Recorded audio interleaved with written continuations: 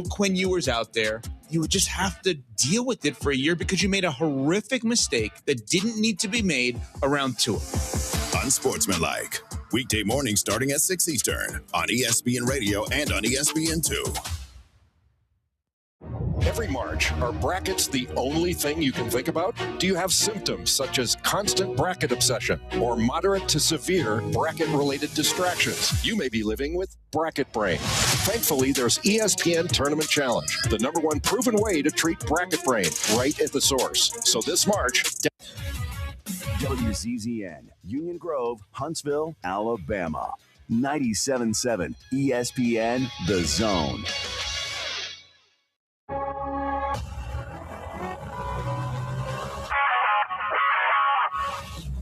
Scott Tyson here with your 97.7 ESPN The Zone Sports Minute. Thursday college basketball scores. Jack State would get a career high 24 points from Jamar Delaware in overtime, 80-70. The Gamecocks improved to 9-8 in Conference USA play. SEC women's scores: 5th-ranked Vanderbilt stops 24th-ranked Alabama, 85-60. Jessica Timmons will lead the Crimson Tide with 16 points. 16th-ranked Kentucky grabs a 63-56 road win over Auburn. Katie Lee will lead the Tigers with 20. Coming up tonight on 97.7 ESPN The Zone, the UAH Chargers wrap up the regular season. They welcome West Alabama. Women's game tips off at 5:30. Men's game tips off at 7:30. 97.7 ESPN The Zone will have both games for you. Coming up tomorrow, 5 p.m. tip-off, 22nd ranked Tennessee hosts 17th ranked Alabama. Make sure and download the 97.7 ESPN The Zone app today to hear the Crimson Tide tomorrow.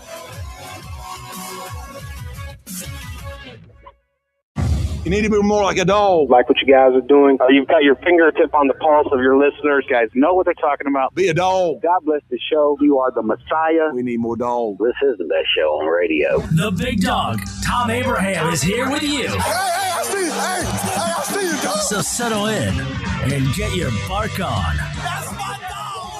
Now live, here he is, the big dog, Thom Abraham. How you doing? Look, I don't speak Spanish. I don't know how to say this, so I'm going to choose my words very carefully. I think you're a psycho. Do you know who I am? I mean, that guy sounds like El McPherson farting into Miles Davis' trumpet. I guess I'm on here. Am I on? Can somebody respond? Get off my lawn. I have to drag my Yankee ass out of here.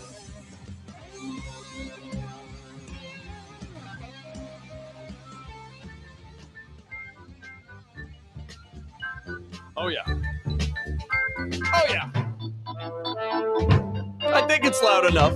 If I could make it even louder, I can't.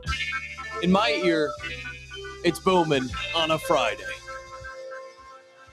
Let's get it! Hello and welcome in to the Thom Abraham Show. I, of course, am not Thom Abraham. I am not. Thom is on the water somewhere, so that means me and Brody, a.k.a. Hollywood Hogan, are going to be hanging out with you guys as we do a best of for Thom Abraham through the week that we just went through. It was a wonderful week. We talked with a lot of wonderful guests. And of course, David Moulton was a part of that, as well as Josh Caray from the Trash Pandas and Greg Wyshynski from ESPN, who broke down a little bit more of how the USA was able to get that win over Canada in the Olympics. And now that the Olympics are over, I'm trying to scramble and think of what I should be watching. I know hockey's back, but have I really been that interested to watch that hockey? And on top of that, the college basketball is already wrapping up at least the regular season. So now we're going to get into the March Madness. That's whenever I think I can finally be a little bit happy with my sports viewing again. And like Thom, I'm not going to go and watch the NBA because I have no interest in the NBA. It's just a personal thing, and I think a lot of other people can probably have that same feeling. And NASCAR is that next thing up. But you only get one of those a week if you're looking for the top of the line NASCAR. Now, if you're looking for the secondary with the little Xfinity, is it called the Xfinity anymore? O'Reilly's. Sorry. Yeah. It doesn't roll off the tongue as well, does it, Brody? I don't think it does. And as well as the Truck Series, which I think they're racing on the Thursdays. That race is already over, or do they race on Friday nights? It shows you how much I don't really watch all of those races because at the end of the day, when it comes to NASCAR, I really look forward to those races like the one this weekend, of course, going to be at COTA, and it's going to be an interesting one because last time we had a race at COTA, it was an interesting one because, of course, Christopher Bell was winning left and right the same way that we're seeing Tyler Reddick kind of dominate all of NASCAR right now. But now we kind of have a little bit of a villain, some would say, possibly not a villain, maybe just a hero when it comes to these road courses because we've never seen somebody do it as good as what we're seeing from an Australian named Shane Van Gisbergen. Come on now. I know a lot of people are looking at that guy to win this race. He didn't win it last year. I believe he came in 6th, but he won every single other race last year, I believe, when it came down to the road courses. So that's who I'm looking at when it comes down to it. And I wanted to get this NASCAR conversation out there just because, again, yeah, we got some college basketball, but when it comes to the professional sports, you're not going to be watching the spring training. You might tune into a few games, but you are going to want to have that premier sport. And I'm thinking still, NASCAR is that one. And I can talk about it on this show because I know some of the listeners agree. Now, again, a lot of this show is going to be recap from what happened throughout the week, and I'm excited to bring you guys the David Moulton conversation. I don't really, look, they talk about everything in those conversations, so I'm not even going to try and rationalize it, break it down for you. It's a lot, and you guys are going to get every single minute of that in the next segment. We will come back, me and Hollywood Hogan, and we will break a little bit more down what's going on in the second hour as we introduce our guests from, of course, Nashville, as well as Winchester and that whole Tennessee area. We broaden our horizons in that second hour. So we will come in and out every once in a while, but a main point of this show is to bring back some of those guests that we've had throughout the week and let you guys kind of re-up on what really ensued. In sports right now, outside of the NASCAR that I'm looking forward to, and Brody is definitely looking forward to, because we don't mind if they're on a different course that goes left, right, up, and down. We don't mind it. If it's cool, colorful cars going fast, we will be there. Other things going on, though, rule changes within the NCAA. What are they going to do? Of course, Thom brought up the pants over the knees. It's a little bit, look, there's a gray area. Yes, you have to have cloth over the knees, but does it have to have actual padding? Well, that's going to be something we await to see. On top of that, there are some new targeting rules being thrown in, what you can and can't do if you, of course, lead with the crown of your helmet, and how long that suspension may last. So now it could extend to an entire game, which is kind of crazy to me. But at the same time, if they are trying to break down on some of these concussions, it is the biggest problem, I would say, within the sport. I don't think the knees are that much to worry about when it comes down to it, because, of course, you don't see as many knee injuries as you do concussions or possible ACL injuries that we've seen so many of in the last few years. So that makes me think, why aren't we looking at the fields, the surfaces that these players are playing on? On top of that, the Achilles injuries, all of that stuff. It's a lot of interesting stuff to be set up for next week, and I'm excited to kind of be a part of all of those conversations with, of course, Thom Abraham. But like I said, the man is on water somewhere or possibly driving to that water. Either way, he is going to be trying to catch some fish. I couldn't tell you where he's going. Is it Lake Champlain? I don't know. I've heard him say that one a few times. I don't know if that's where he's going, Brody. Do you know where he's going? Not a clue. Not a clue. That's what I thought. Me and Brody go through 5 hours straight of sports talk. We love it. Don't get me wrong. We love it. But all we hear here is voices. All we hear is voices at this point. I'm definitely not going insane. Don't think of this, though, as a recap show. Don't think of it as a best of. Think of it more like the Twilight Zone of sports radio, because that's what we're going to be doing. We're going to be bringing you back some stories from throughout the week. And it's going to start with David Moulton on the other side. Are you able to call into the show? Yes. How far will that get you? Probably not onto the radio, unless we find some time, possibly at the end of this hour, or maybe even the 11 o'clock hour.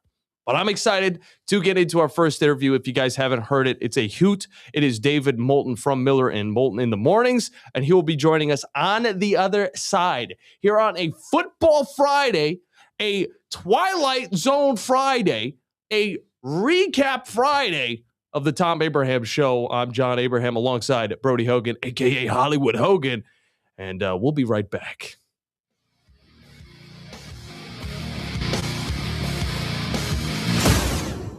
What does it mean to be a part of the Southeastern Conference? That you scheduled your wedding and even your child's birth around your school's game? Of course. But it means more than that. It means you're home to hundreds of Fulbright, Truman, Goldwater, and Rhodes Scholars. It means starting out as the birthplace of American public higher education, and now leading the way in unmanned spacecraft. This is the SEC. And here, it just means more. What does it mean to be a part of the Southeastern Conference?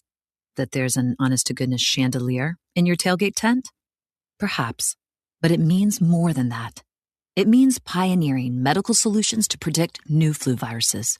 It means leading globally diverse teams to eliminate starvation in developing countries. And it means being home to one of the nation's top cybersecurity programs. This is the SEC. And here, it just means more.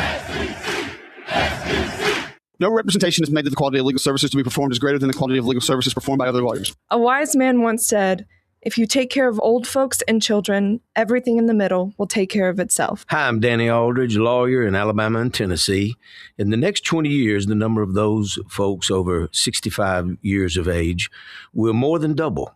In our golden years, the most important goal is to be treated with dignity and have control over doing what makes you grateful with those you love. At the Aldridge Law Firm and the Legal Town Center, we're dedicated to help you with these goals, and we'll be there when life throws you those inevitable curveballs. Let us assist you with your legal needs, whatever they may be or become. You may reach us by phone at 256-534-3188 or online with Dan at danaldridgelaw.com. Just remember, we're here to help. Whether it's personal injury, wrongful death, fraud and cheat, or estate planning made complete, we're here to help. Westwood One presents Great Moments in Tournament History. Brought to you by John Deere. Nothing runs like a deer. Just the way they drew it up. A play called Pacer puts Valpo on the map. March 13th, 1998. First round in Oklahoma City. Valparaiso and Ole Miss. Valpo down by 2 and the ball at the wrong end of the floor with time for just one shot. Coach Homer Drew designs a Hail Mary play named Pacer for his son Bryce. 2.5 seconds to go, down 2. The inbounds pass thrown to half court. Jenkins catches, gets to Drew. Right wing three-pointer. Good! Valparaiso has knocked off Ole Miss. The Crusaders continued their wizardry the next game, winning in overtime against Florida State to advance to the Sweet 16. Their great run ended in the next round when they lost to Rhode Island. But Drew's three-pointer will always be remembered as another great moment in NCAA tournament history. I'm Kevin Kugler. 97.7 The Zone. 97.7 ESPN The Zone.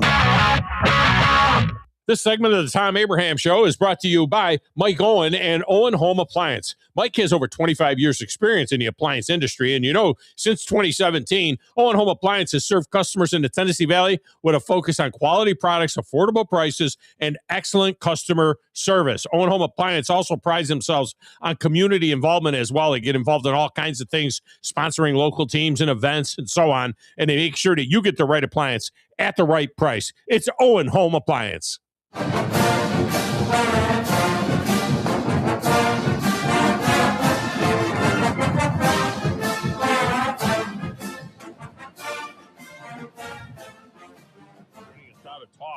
About some of those topics as well is David Moulton of Miller and Moulton in the Morning.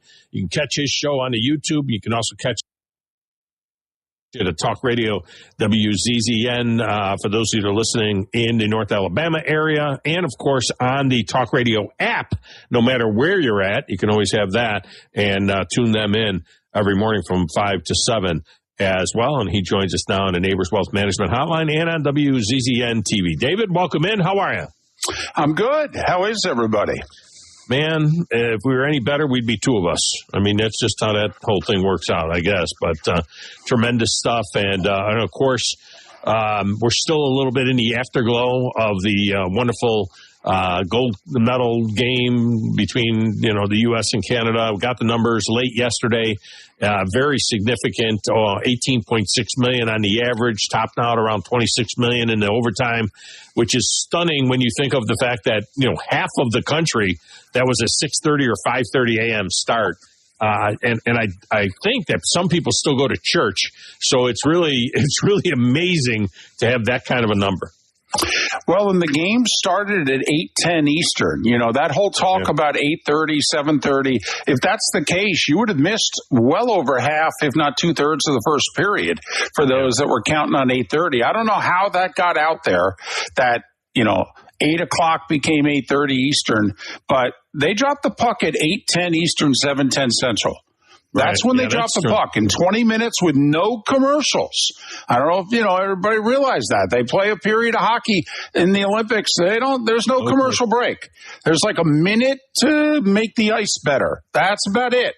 Yeah, they do stop, which is, I always wonder about that because they stop 3 times, basically where you would have your media timeouts, 5, 10, and 15. And it was like, are we going to a break or not? And no, let's go down to Catherine, and talk to her. Yeah, and the guys' break, I didn't even see that they were really, I guess maybe they come out and shovel a little snow, clean it up in front of the net. Maybe that's what they're doing out there. But it's funny, you have 18.6 or whatever. NBC released that it was 20.7. Really? Okay, now, I'm guessing they're counting, I don't know, a couple of side things, but they said 20.7, peaked at 26. For NBC, it was the second most watched hockey broadcast ever, only the 2010 U.S.-Canada final, which was at 3 Eastern, 2 Central, and it was in North America in Vancouver. That one did more viewership, but that's the only one on NBC. This doesn't take into account Lake Placid in 80.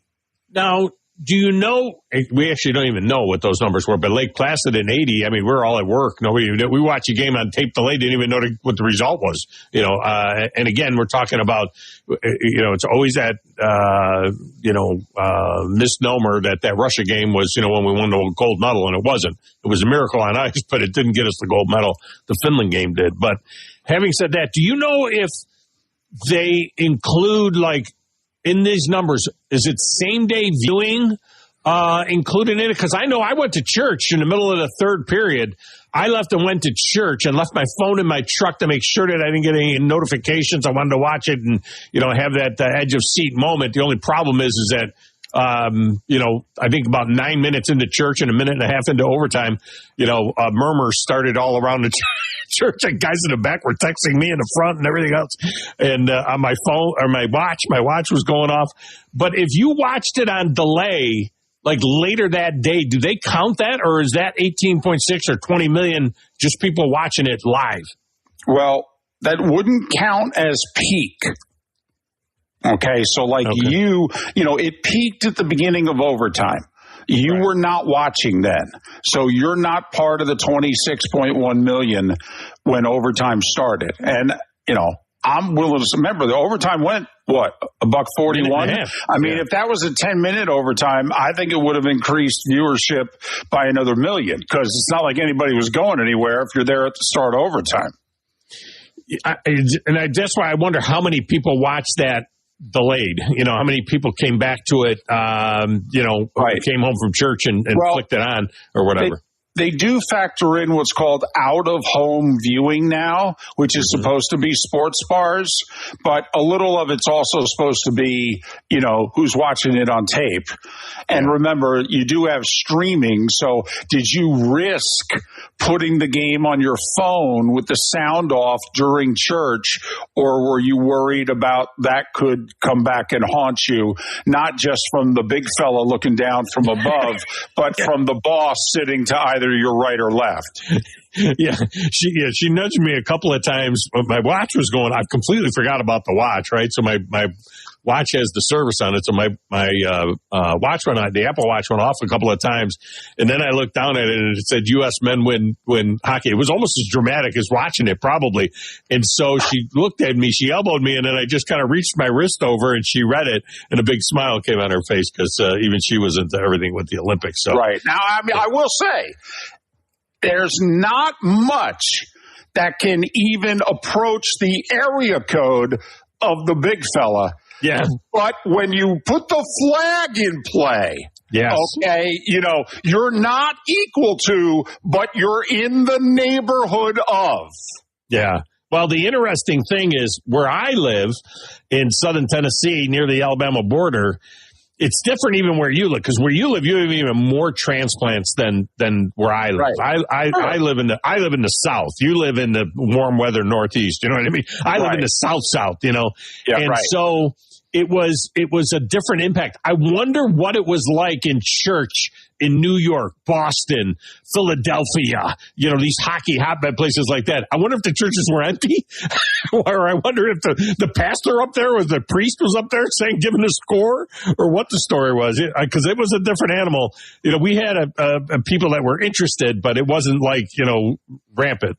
Well, the other thing is, by going overtime, if normally you're a 7 or 8 a.m. churchgoer, or even a 9:30 churchgoer, you're like, what's the late service again? They do an 11?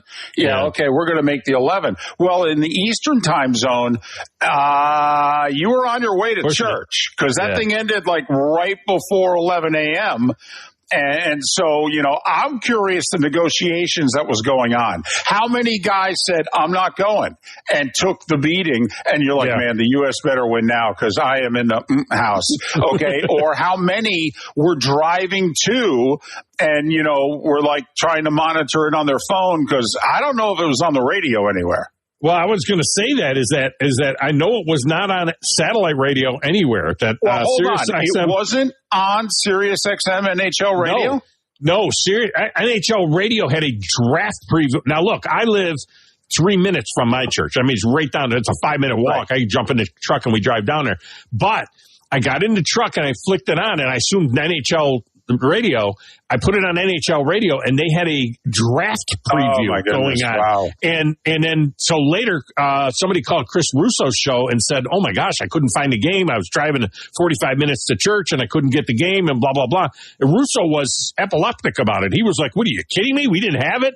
And his producer told him that Sirius XM did not have the rights to any Olympic coverage, and if that was the case, we had like Olympic updates on my flagship radio station, but we didn't have any games or anything like that. I don't know where this thing ever, was in the radio, if anybody had it on the radio. Remember, Tom, if you go back to 1980, yes, the game was shown on tape delay on ABC in the U.S., but people who were near the Canadian border, whether it be in upstate New York, whether it be in Michigan,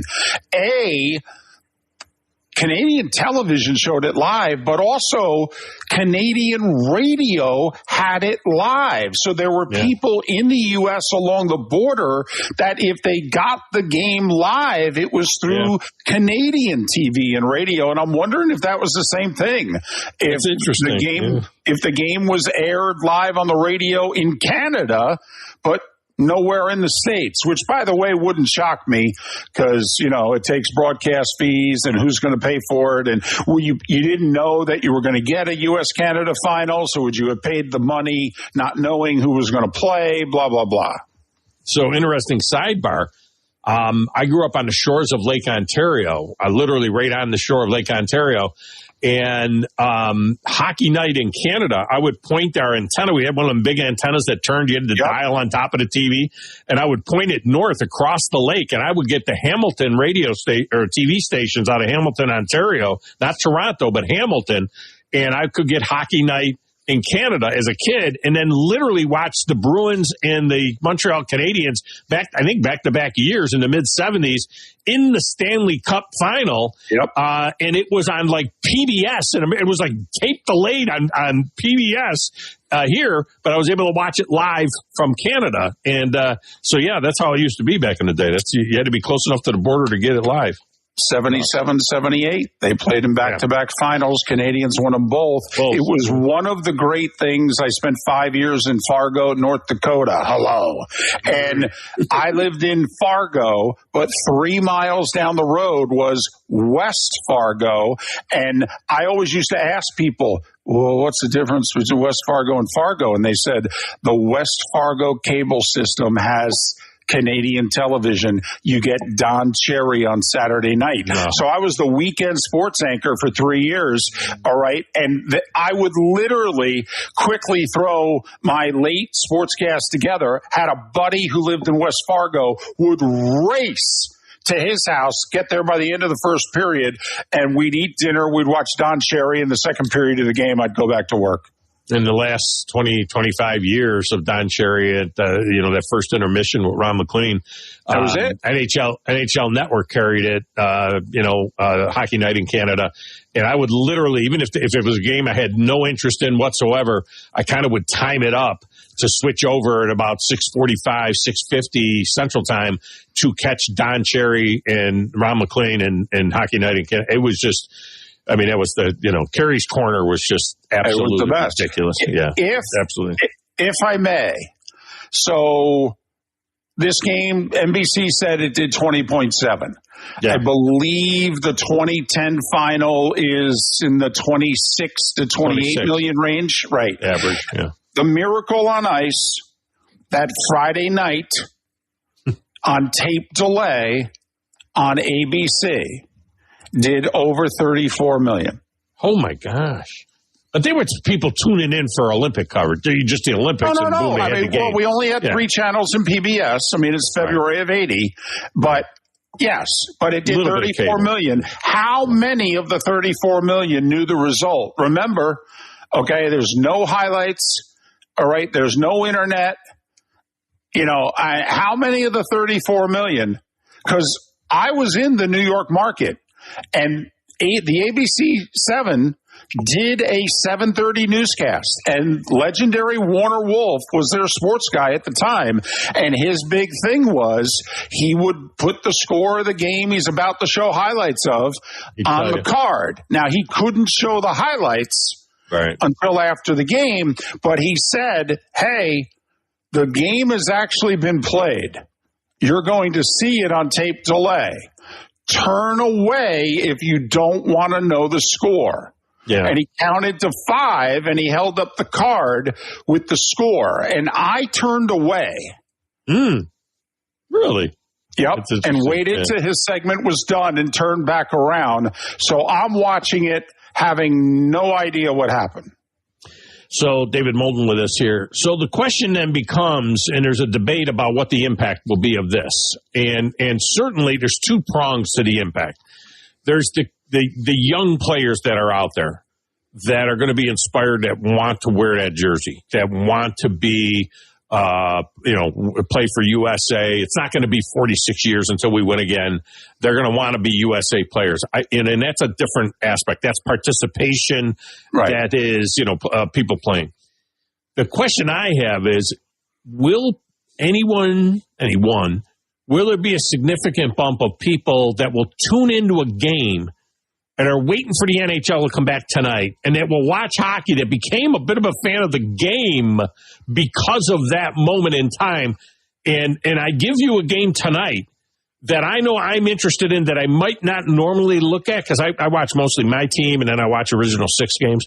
But the Sabres are at the Devils tonight at 6 o'clock Central Time. The game is only on the ESPN Plus, the apps and things like that. It's not on, a TNT or ESPN over their thing, which is a mistake by them, because it's Jack Hughes. I want to watch this just to see the reaction of Devil fan to Jack Hughes. And I want to watch these other ones, whether it's Charlie McAvoy or whether it's the Kachucks or whoever it is. When those guys are all getting introduced, in their arenas tonight in Tampa Bay, I think with Gensel, when those guys get introduced, I want to see, or when they touch the puck, I want to see the reaction, because I think it's going to be stop the game, prolonged applause like it was last night at State of the Union. Yeah. And I think it will be for, like you said, Austin Matthews is on Toronto and they're in Tampa tonight. I mean, first off, thank God for him. If I'm Bettman, I am literally ordering, okay, if you have Olympians on your team, you need to acknowledge them all before, including if they played for Czechia and Slovakia and all. But I'm serious. But then, of course, you're saving the Canadians and the Americans for last. But yes, okay, you don't think the crowd in Tampa wants to give Austin Matthews a nice ovation? Thank you very much, the captain of the U.S. gold medal winning team. And then, yes, they will come out of their seats for Jake Getzel. Absolutely, they will. But here's the other thing, Tom.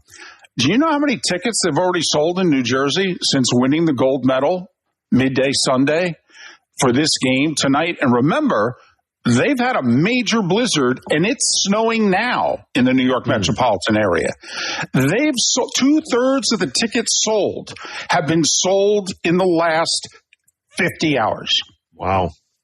By the way, that Toronto-Tampa Bay game is on TNT. So it's a TNT doubleheader tonight. So then you get Vegas and Los Angeles. I mean, Vegas had 5 players in the U.S.-Canada game. I don't know if they had any other teams. Right. So Vegas at Los Angeles, and I don't know what L.A. Kings might have been in there, off the top of my head. But so that's your double dip on TNT today. See, so I guess that's what I'm saying. TNT has lagged behind their ratings always. It's TNT, whether Which it's is the shame. March Madness or whatever it is. It's well, it's a shame because TNT's coverage of hockey is better than ESPN's. Okay, and yes, it's a shame. In fact, there's such a big difference. The same game could air on ESPN and air on TNT, and the TNT game will do at least 100,000 less viewers. And when you're only getting 425 to 550,000 viewers a game, 100,000 less viewers is a lot less viewers. It's become such a problem that NHL is having to talk out loud about, can we renew with Turner because we can't get people to watch the product on Turner. So do we have to sign with somebody else? And their coverage is amazing. It's kind of like, why did ESPN buy Inside the NBA? Because the show is so damn good. They just, we'll pay for it and just put it on our air. I mean, if I was ESPN, I'd pay for their shows and their announcers and just put them on our air, quite frankly. But that's one part of it. Here's the other thing, Tom. I thought you were going to ask this. So the gold medal game does 20.7. 1% of that is 200,000 viewers. Can the NHL, and I don't know if it's on a Wednesday night in late February or by the first round of the Stanley Cup playoffs, can the NHL get 1%, even 0.5%? That's 100,000 viewers. Can they get 0.5 to 1% of the people that watch the gold medal game to sample their best product, which is the Stanley Cup playoffs? That's what I'm curious about 2 months from now. Is there a noticeable bump compared to recent years in the first round of the Stanley Cup playoffs? The NHL is going to get lucky in one sense. Right now, Detroit, Boston, Buffalo, Pittsburgh are all making the playoffs. All the best hockey markets we have in this country. They all missed the playoffs last year. Okay, so that's a break. Here's the bad news. They got half the damn team is playing on teams that aren't going to make the playoffs. The Kachuk brothers are out right now. Hellebuyck is out right now on Winnipeg. I mean, we could go down the list. So the good news is right now it looks like the really good hockey markets are going to make the playoffs. The bad news is half the U.S. Olympic team's not.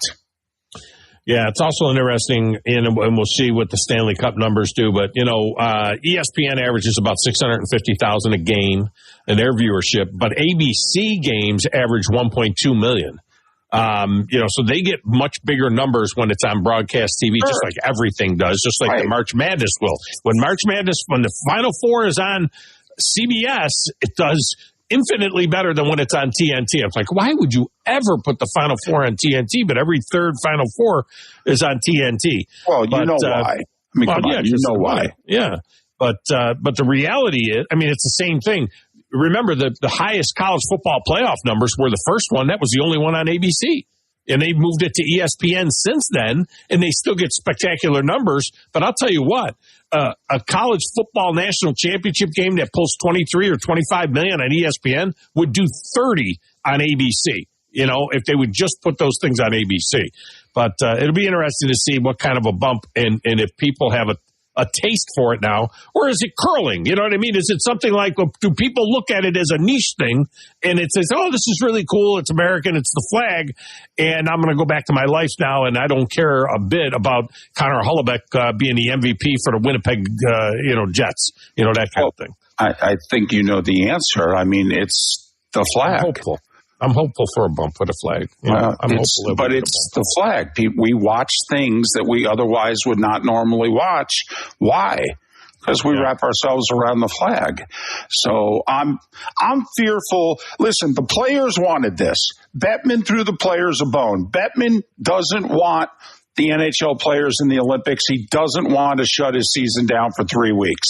The players begged for it, negotiated the new CBA, and put it in it. So Bettman gave the players a solid here. I'll be curious going forward if they don't get a bump of any kind. Yeah. Now, I will say this. The NHL never markets individuals. The Olympics are helping to make stars out of 6 or 8 individuals. That should help the NHL, but that's minimal for what it is they really want.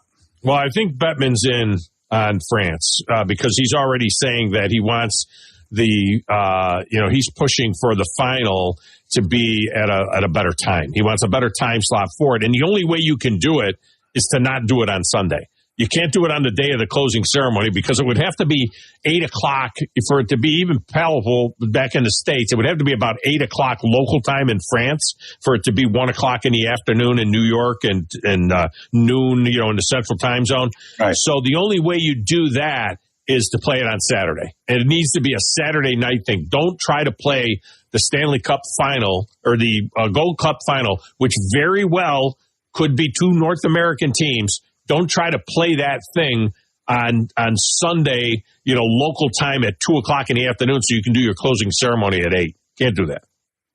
Agreed. But, the International Olympic Committee, they don't take orders from anybody. They'll take bribes from anybody, but they don't take orders from anybody. Maybe Bettman will hold the players over their head a little bit because the International Olympic definitely wants these NHL players. I mean, so... he might be in a position to say, look, if you want us there, we'll be there, but you can't be putting us at 8 o'clock in the morning on a Sunday. The real one, though, is, I believe, 2034 is back in Salt Lake City. Salt Lake, yeah. Yeah, so that's what you hold over the IOC. Hey, you either give it to us now or we ain't going to be there. We just did 26 minutes on hockey. I love it. I mean, that is absolutely phenomenal. And I'm not going any further. Right? I mean, you're going to throw in there, some silly question about the selection Sunday coming up in 3 weeks, or is Alabama going to really drop to Ohio State? I'm not even going there. I'm not even going there with you. I'm going to do a full 26 minutes on hockey. It was a beautiful thing. How about that? Well, I mean, before I came on, I heard you are the Messiah. So good job, Messiah.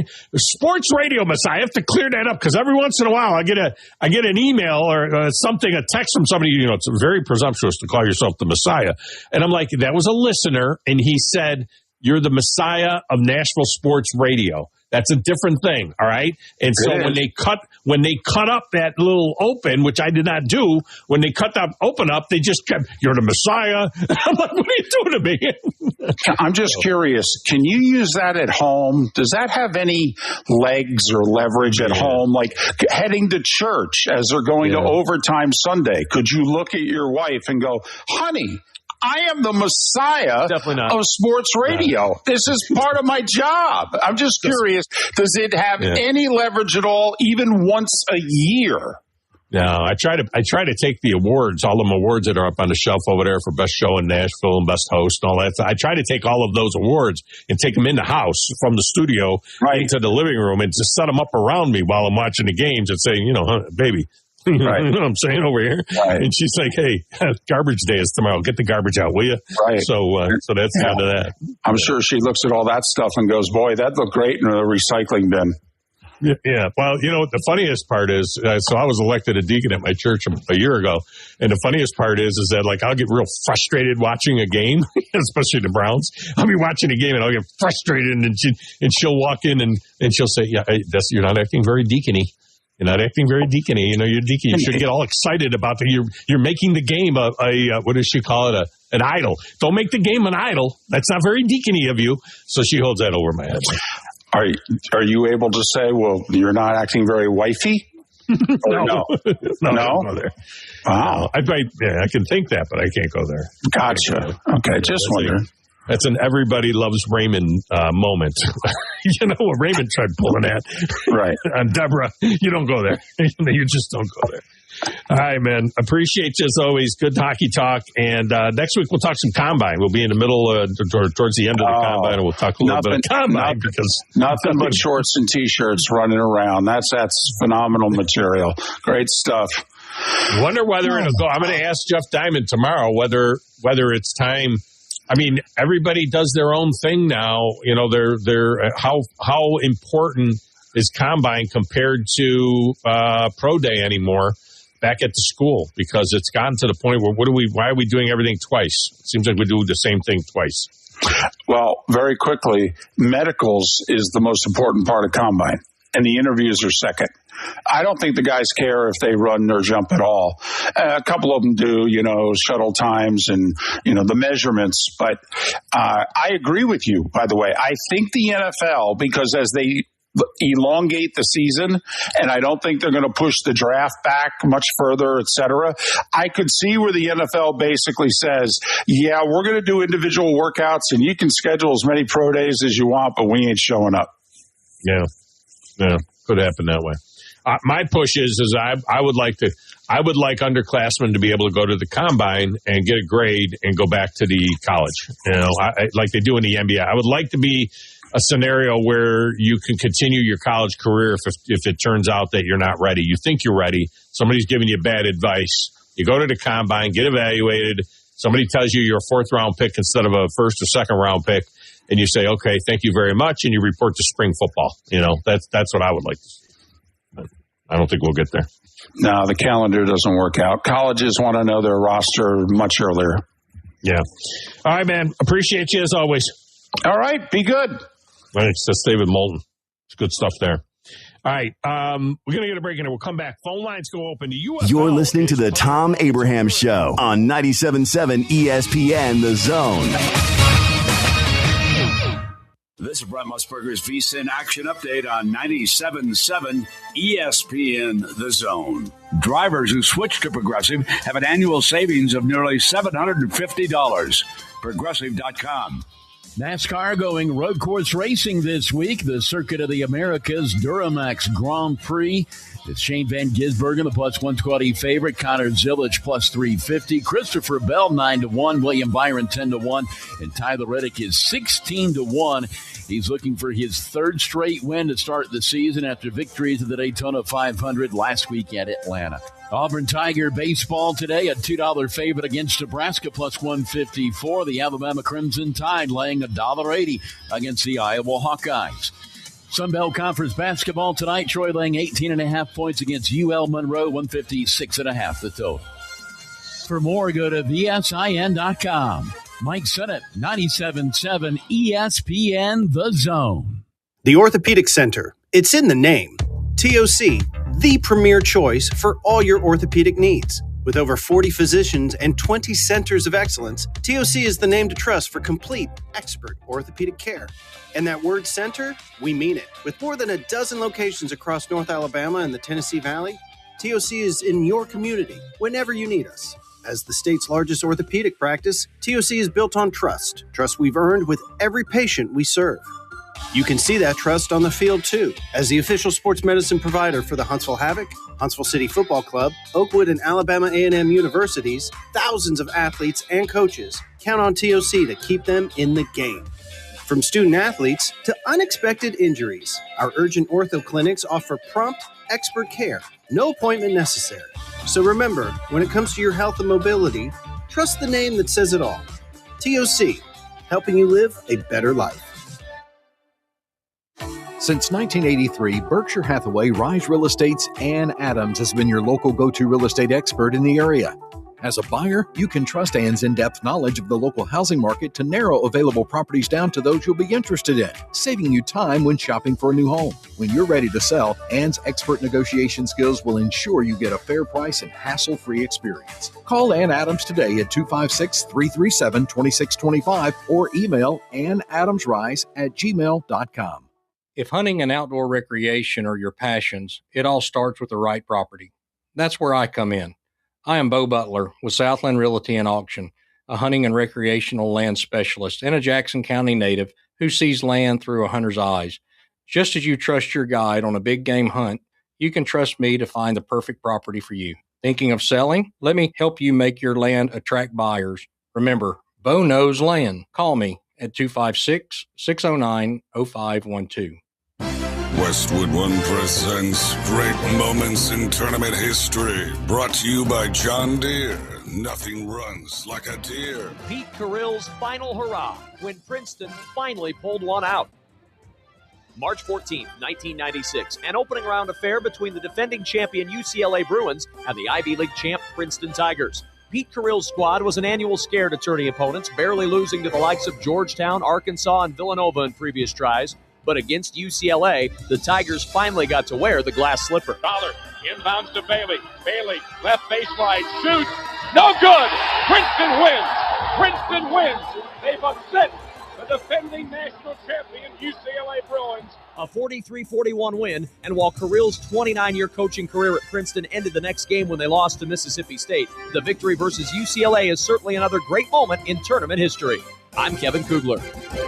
97.7 The Zone. Your Fox 54 weather.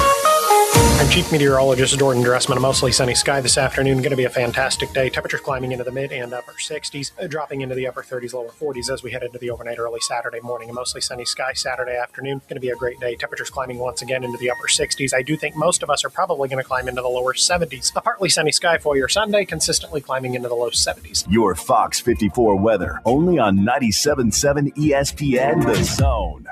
97.7 ESPN The Zone.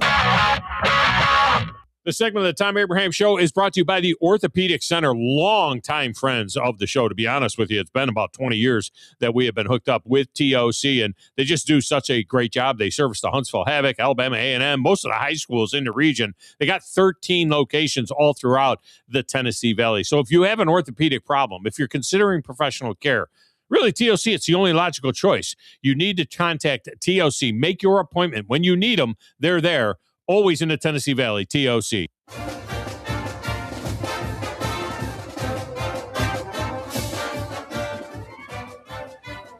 Just heard David Moulton talking with Thom Abraham. That was earlier in the week. A lot of rundown, of course, from the USA winning in the Olympics against Canada. And, of course, there's still chatter going around about that amazing historic run. And sadly, it's not always in the best of lights. But either way, we're back here on a Football Friday. John Abraham alongside Hollywood Hogan on the other side of the glass. And I wanted to get into this just because I saw it and I was like, they can't keep getting away with it. All right. They can't keep getting away with it. All right. What the White House wants to do, it should be separate from sports altogether. But I get that the more that we get into the money to some of these athletes in college, the more political it's going to be. And now with all, of course, the legal issues that are being taken against the NCAA and vice versa is another story altogether. And I think it's funny because, you know, now Donald Trump wants to get the roundtable together. There's a whole group of people that he's going to want to get together and have a conversation about it. And it was reported for, I believe, March 6th. And I think it's so interesting to see how involved Donald Trump could be. I know presidents have been involved in the past, but this is on a totally different level. And honestly, I think that a little bit of the politics are needed for it. But we do have a few segments open for you guys that I will be stopping in and telling you guys what's coming up. Of course, that means that the phone lines are open to you, 256-576-4977. Brody was ready for it. He was ready to bring us back to the old Blitz days. You can also text the show, let Thom know how the show is going, as he's probably caught maybe a 3-pound bass and he's put it really close to the camera to make it look like it's a lot bigger. He likes to do that. Don't let him fool you. What was that? What was that? What was that over there? Was that a vine boom? Brody. Well, I guess Tom's not on the show, so he can't question us and scold us later. But if you want to let Thom know that, 732-982-7469. Me and Brody were talking a little bit beforehand about how fun it would be to add some more sound effects to the show. So you could let Thom know if maybe there should be some more Vine booms, which has not been an application for the last since 2016. Is that how long it's been since Vine was around? I believe so. Yeah, it's been a minute. Golly. And then Musical.ly came by and TikTok and all of that stuff, which not enough content for 97.7 over on the TikTok. Maybe we'll get that going again. The White House also brought in, the hockey team that, of course, Thom and David were just talking about. And now we're seeing some upset hockey players. Brady Tkachuk, of course, he was a part of this team. He's a little bit disgruntled with what the White House's TikTok was actually posting because they threw out an AI altered video, and Brady Tkachuk's like, "Hey, that's me in this video, and I never said this." And of course, it goes off of Canada booing the national anthem back in the Four Nations competition, I believe last year, and he said they booed our national anthem, and this is in quotes and also in computer technology because it was all fake. They booed our national anthem, so I had to come out and teach those maple syrup eating bleeps a lesson. Tkachuk also goes on and says, "Canada, we own you, little bro." When I see this on a national White House legit TikTok page where I understand you can have some more fun with your posts, it gets me angry. It really does. Because AI has made so many strides and we're using it to change the comments of an athlete or a persona into something that it's not. And having the White House do it's the worst part about it all. I'm not going to get too political, but I think it is a little bit of a low blow from the White House's TikTok page. And of course, Brady Tkachuk came out and had his own little comments about that whole situation. We do have college basketball coming up tonight. Of course, UAH going to be facing off against West Alabama. That's going to be on the airways here on 97.7 ESPN The Zone. UH will finish off their season against West Alabama tonight. And of course, that's going to get going at 7:30. So look forward to Steve Moulton and Scott Tyson on the call for it. And we'll have, of course, more conversation going into that run as well. But we also look towards the weekend as there's plenty of great college basketball matchups going on. Not just in the SEC, mind you, but also outside with the Virginia and Duke matchup that is a top 25, 11 versus a 1, Louisville versus Clemson. You can take it or leave it, but Kansas versus Arizona is a 2 versus a 14. So that one's going to bring a little bit of heat. And then Texas versus Iowa State. But forget all of those because the Alabama-Tennessee matchup is the one that intrigues me the most. And Brody, I don't know how much you've been watching of college basketball. He's shaking his head. He's like, what do you watch then? If it's not college basketball or any of the current sports, what are you tuning into? That's not NASCAR, because NASCAR is only once a week pretty much. Absolutely nothing. I have not been consuming any sports besides NASCAR. Yeah. And also the talk radio shows that you get to listen to every day. Yeah, that's about it. Okay, that's where you get your information from. I get it. Like, I have more sports intake than most people. You do. Trust me, you have way more. Like, you soak it up like a sponge. You come in the mornings and I'm just chilling out. I'm just like, half asleep, and you're just telling me, hey, so yeah, the combine's going on, and this guy, and I didn't even know this type of vertical is able to be done. And I'm just like, golly, this kid's smart. I'll probably do like 15 mock drafts a day too at this rate. You're not wrong. You're not wrong about that. I've seen you throw together some mock drafts as well as some mock trades and all of this stuff. I'm like, okay. He likes the part of the football game that I don't like. I just like to play the football games. I don't like to be the coach of a football team. That's just not me. But Alabama, the last time they faced off against Tennessee, it was 79-73. I felt like Alabama was a little bit overwhelmed by Tennessee in the way that they played the game. But at the same time, Alabama led that one going into the second, 39-36.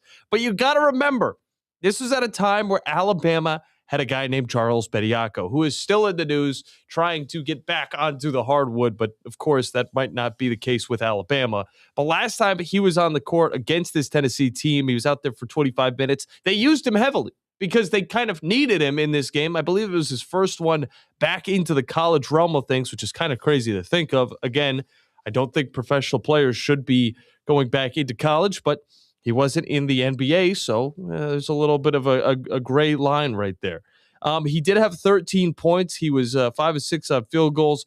Never shoots three-pointers. He just doesn't. That's not the way that he plays. But when it comes down to it, he is all about the rebounds, all about the steals. He's a very defensive-minded player, and also he's just got the size for it. But, of course, that is going on this weekend, and you're going to be able to hear it on this network as well, as you always are, because Alabama, of course, resides here on 97.7 ESPN The Zone. But right now they're sitting at 17th. Tennessee's 22. The entire AP 25 is just absolutely all over the place right now. SEC, when it comes down to it, is sitting at the second half of it.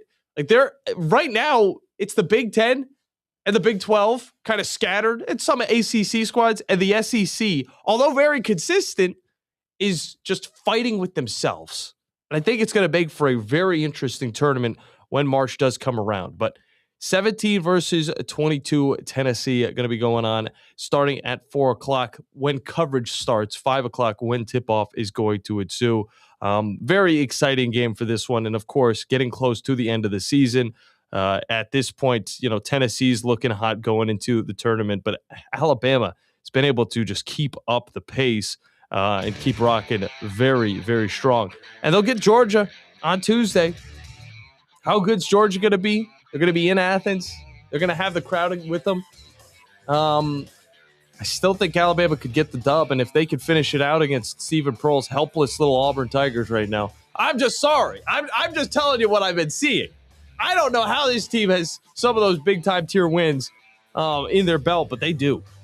But either way, on the other side, we're going to jump right into Thom's interview with Josh Caray, talk a little bit of hardball, and then Greg Wyshynski is going to join back on the show from ESPN, get a little bit more of the comments from the USA hockey team. Of course, it was a lot of fun, and it's also a pretty big deal. So we got to keep that story rolling as long as we can. Second hour coming up next. So, what's your excuse? Can these sick people be cured? You'll need a few good ones because we're going to be locked to the tournament in just a few weeks. Rivers for three. With his ability to drive, you're looking at a superstar. It's the most maddening time in college hoops. It's alive! And we've got the big dance covered. The flipper still fits! 97.7 ESPN The Zone. Basketball fans, get ready as the Conference USA Basketball Tournament is set to return to the Rocket City and Probst Arena March 10th through 14th, featuring 20 men's and women's basketball teams playing 18 games with Conference USA titles and NCAA automatic bids on the line. It's 5 days of exciting hoops action at BBC Probst Arena. Jump into the action by getting your tickets now by visiting Ticketmaster.com. And we'll see you inside the BBC March 10th through the 14th. Come find out who will be putting on their dancing shoes. Thom Abraham here for my friends at All About Water. Crazy name, huh? Well, let me introduce you to them. All About Water is the top pond builder anywhere in the Tennessee Valley, and that includes remodeling or cleaning out existing ponds as well. They also have monthly maintenance plans for your pond. Don't have a pond? Well, how about a fountain or water feature for your property to bring that soothing sound of running water to your happy place. On the other hand, maybe you have water on your property that you don't want. Well, Ryan at All About Water is all about water, so he could take care of that as well. He has a background in fluid dynamics, and what that means is that he can take care of any water issue that you have. Finally, how about that irrigation system that you have or that you want? Well, they do installs and maintenance and repairs on those as well because they are all about water. Learn more at allaboutwaterllc.com. That's allaboutwaterllc.com. These days, saving time is important, and saving money is even more so. That's where Eagle Masonry and Insulation comes in. Over the years, Eagle has expanded their services to meet the needs of folks like you in our area. If you need masonry, brick, stone, or block work, Eagle should be your first call. They can even help if your property needs grading, erosion control, and Eagle can handle dirt haul-off. Call Eagle Masonry and Insulation today at 256-755-1556. Eagle saves you time, and Eagle saves you money. Injured in a car accident? Get the help you need. I'm Morris Lilienthal, a personal injury lawyer right here in Huntsville. I've personally helped over 4,000 clients with their injury claims. My firm, Martinson & Beeson, has been helping clients for over 80 years, and we have received over 300 five-star Google reviews. We know that injuries and accidents can be life-changing, and I'm here to help you navigate the entire process. Get in touch with me right now by visiting morristheattorney.com. There's no charge for our meeting. Again, that's morristheattorney.com. I look forward to helping you. No representation is made. The quality of legal services to be performed is greater than the quality of legal services performed by the lawyer. You've got to experience Toyota fun. WCZN, Union Grove, Huntsville, Alabama. 97.7 ESPN, The Zone.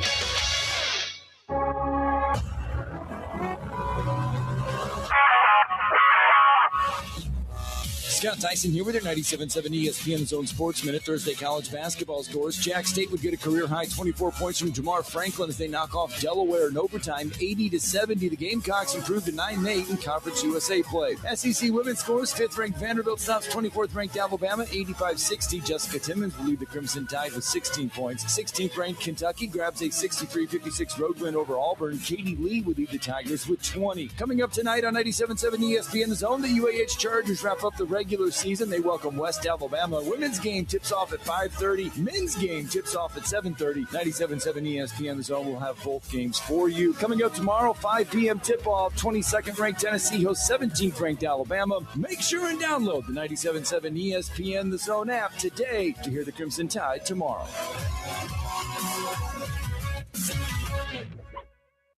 You need to be more like a dog. Like what you guys are doing. You've got your fingertip on the pulse of your listeners. You guys know what they're talking about. Be a dog. God bless the show. You are the Messiah. We need more dogs. This is the best show on radio. The big dog, Thom Abraham, is here with you. Hey, I see you. Hey, I see you, dog. So settle in and get your bark on. That's my dog.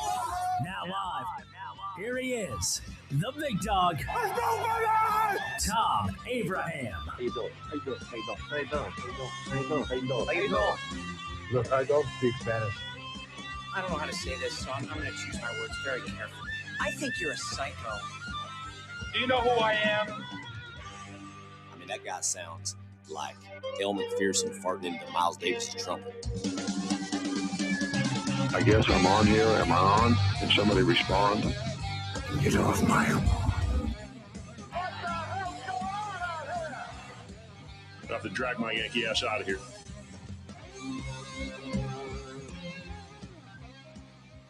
And welcome back into the show. Friday edition of the Thom Abraham Show. I am John Abraham alongside Brody Hogan, a.k.a. Hollywood, as he's chilling out, spinning the records, looking like he's ready for some NASCAR this weekend. Still a football Friday. I don't care. The combine's going on. We're getting looks at some of these players, and I'm very much excited about today, mainly because I understand why some owners are probably falling asleep, or some scouts are probably falling asleep because they're watching these big dudes run kind of fast. It's faster than me, I will say, faster than me. But today's when it really starts getting very fun because, of course, we're going to get the DBs, the tight ends. So we're going to get some slimmer big dudes running as well as some defensive backs who are extremely fast. So it's going to be a lot of fun to see what's going on. And, of course, the Combine continues into the weekend as on Saturday we'll get the quarterbacks, wide receivers, running backs, a personal favorite of mine, and possibly the biggest gauging point of the entire Combine. You can gauge how good a quarterback could be enough, I would say, by just seeing him throw the football as well as who he's going to throw to, which target, all of that. Wide receivers, all they do is run, routes, all of that, catching the football, how fast they can make those cuts, and running backs, it's similar to that. But you can only get so much out of the defensive linemen, linebackers, and all of those other guys when it comes to the Combine. So we might get some smoke screens that we're going to have to look into a little bit more. Now, I might be talking quite a bit, but that doesn't mean I'm going to be talking that much longer. But I did want to introduce us to the new listeners up in Tennessee. Appreciate you guys for tuning in. This is a best of type of Friday. So Thom will be coming back with a few of his comments with both Josh Caray, talking a little bit of hardball from the Trash Pandas, as well as Greg Wyshynski from ESPN as he continues on with the USA hockey team, breaking that all down. And I think that the reason why we keep this going is because of how big of a deal USA winning the Olympics is, not just on the men's side, but the women's side as well. It's huge. We've also got a lot of AI stories coming out. Of course, the Kachucks aren't very happy that the White House is changing their, I would say, vocabulary. And then on top of that, kids are getting a hold of AI and adjusting their huddle film. Golly, what a time to be alive. But, hey, the NCAA is making football safer. Who would have thought that in 2026 we'd be covering up players' knees? Possibly not with pads, but still with cloth just for the protection. But either way, we do need to get into the conversation with Josh Caray. If you want to call into the show, you can't. I'm not going to allow it. Not today, at least. But you can text into the show. Let Thom know that you're thinking about him, that you're hoping that he catches a 6-pound bass because he's somewhere on the water. 732-982-7469. Or 7329 TA show. Have you ever typed letters, Brody, into like a text thing? Yes. To somebody? You've actually used that? I've never used that. What did you use? Who did you text with the letters? I found one of my aunt's really old phones before, and I was like typing on it with like having to hit 8 like 2 different times or whatever. You know, I didn't understand it. Like 931, get help now, like that. Like I've never understood why that. You know what? We need some help right now. So we are going to get right into it with our first recap of the show. Well, of this second hour. Josh Caray from Trash Pandas Baseball. This is from a few days ago. Take a listen, and we'll be back at the bottom of the hour because right after Josh Caray, we will hit a break. Greg Wyshynski going to be recapping that interview, and then a little bit of NASCAR to wrap it all up. How about it, Brody? I told him what the topics were because I want to talk ABS. I want to talk, about some of the things going on at Toyota Field, pre-Trash Panda season. But since the topic today in the Tuesday Top 10 has to do with all-around broadcasters, I probably should ask a guy who's part of the most famous broadcasting family in the history of broadcasting about that as well. And he joins us now. It's Josh Caray. He is the voice of the Trash Pandas and other things. And he joins us now not only on the Neighbors Wealth Management Hotline, but he's also joining us on WZZN TV. Josh, welcome in. How are you? Thom, good to be back with you for another season. You know what's funny? Listening to you two talk, you want to know what's hard? How about anchoring a newscast and running the board at the same time? Oh my gosh. Yeah. I had to do that. I had to do that for about 3 years.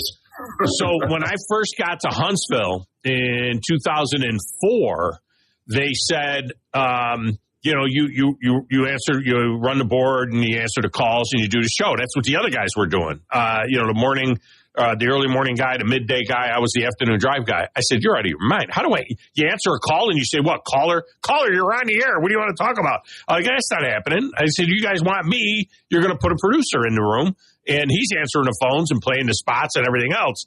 I can't do that. And they did it. So yeah, that's hard. It's hard enough, running a game. You do games where you run your own commercials. You've done that where you run your own commercials from a board at the game, and a lot of our guys do that. I have done it for hockey with the Havoc.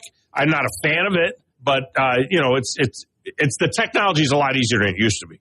It's a lot easier and it's cost efficient. So that's what it comes down to. Can you save me some money? Yeah, it is definitely cost efficient for sure. Josh Caray with us here. So my topic of my top 10 is all-around broadcasters. Because I was thinking about Mike Tirico coming off the Super Bowl, doing the Olympics. He's doing the NBA, and I'm just thinking of where he fits in the pantheon of all-around broadcasters, because so many of them that we know over the years. Remember, Vin Scully would do golf. Sure. He did football, and he's known for baseball, but he did golf and football, and who knows what else. Did Grandpa Harry or your dad, did he ever do, Skip, did he ever do other sports? I know you've done a lot of football and some other sports as well, but did those guys ever do, other sports? Oh, sure. Well, Grandpa called the Cotton Bowl for what was then known as the Mutual Radio Network. He did that for about 6 or 7 consecutive seasons. This is back when there were only like 7 or 8 bowl games. Mm-hmm. So he did a lot of football, did some basketball, but his thing was always really baseball. Yeah. Dad was a really good basketball broadcaster. I don't think people realize just how talented he was. He got his start in Atlanta with the Hawks, and I really think if he had just stuck with the NBA his entire career, he would be in Springfield right now in the Hall of Fame as a broadcaster. Wow. He did that, and of course Turner picked up the NBA package, so he did that for a while, and then he did the NFL for a couple of seasons with the with Turner. Yeah, TNT. It was he and Pat Hayden in 1990 and 91. Now I do remember that. Now that you mention it, I do remember that back in the day, Skip Caray doing those games. And he even filled in for a very famous broadcaster. Remember Jiggs McDonald? Oh, yeah. Hockey, yeah. Yeah, Jiggs was the voice of the Atlanta Flames. And when he was also the voice for Hockey Night in Canada. And whenever the Flames and Hockey Night in Canada would overlap, Dad would fill in on hockey. Wow. Didn't know a thing about it, but he made it work. So I played college hockey and then was asked to do, I was in Huntsville for about a week and a half, and I was asked to do a playoff game between the then Huntsville Channel Cats playing the Knoxville Ice Bears in a game 3 of a best-of-3 league championship series. And the guy who was the regular voice said, "Hey, you played hockey in college. Why don't you do the game?" And I'm like, "Yeah, sure." It was a new job.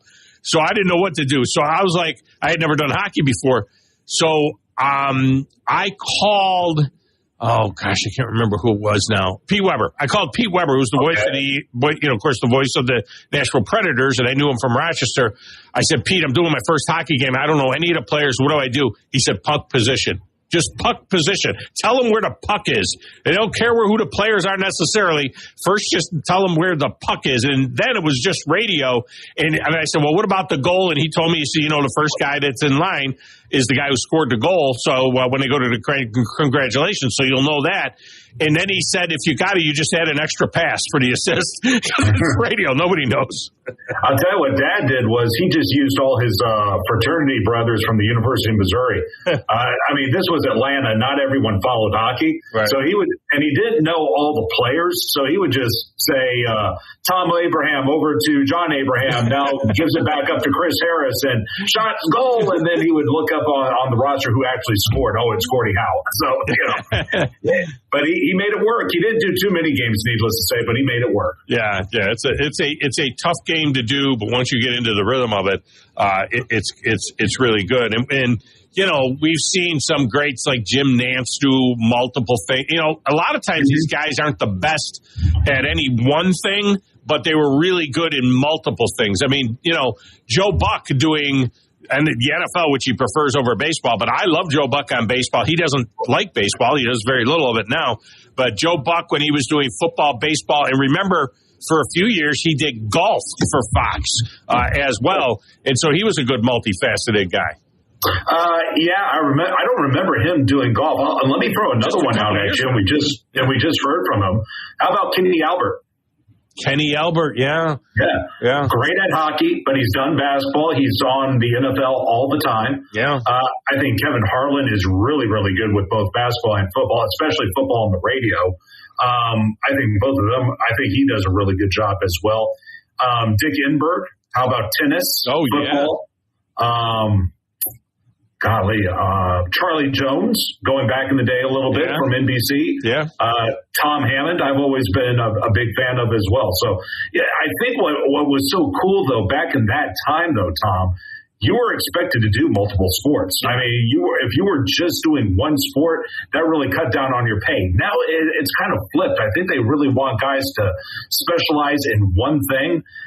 If you work at a network and they need to find you something to do, okay, they'll feed you some basketball or whatever. Yeah. But nowadays, it's really they really try to specialize the broadcasters. Back then, though, they wanted guys to do 3 or 4 sports. Well, for college, for years, it was always you did football, basketball, and baseball. It was always that way. You did the whole school year, and now slowly but surely, guys have been kind of dropping out of either basketball or baseball that are football guys, or some guys are just basketball, baseball. There's not a lot of guys anymore, but all those great broadcasters of the past, they all did, football, baseball, basketball. They did it all. And you don't see that very much anymore either.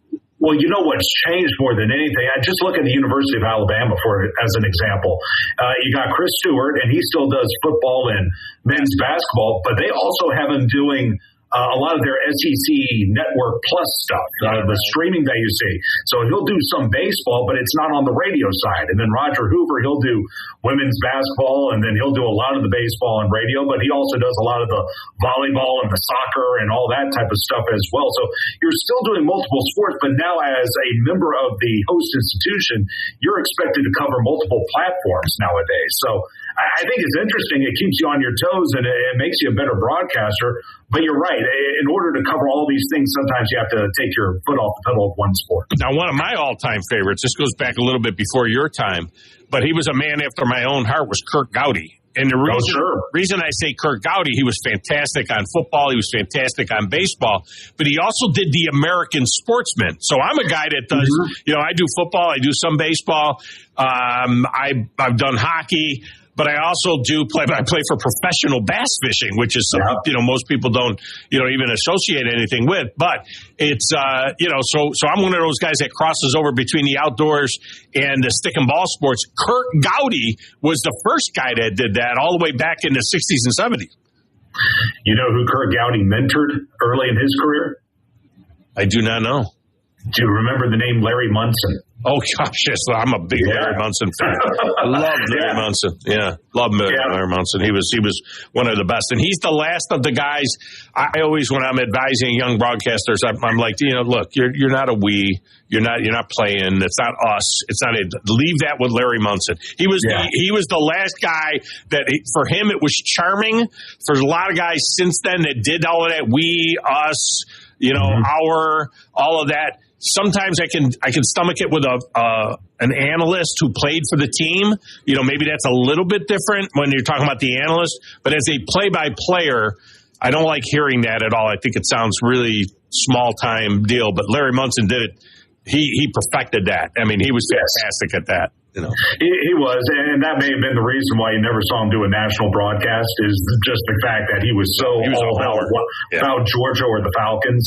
But going back to Kirk Gowdy, what he did by perfecting that American Sportsman show that you're talking about, that allowed him to become a good host. Yeah. Not just a play-by-play guy. Like, you could use him for Wide World of Sports and things like that.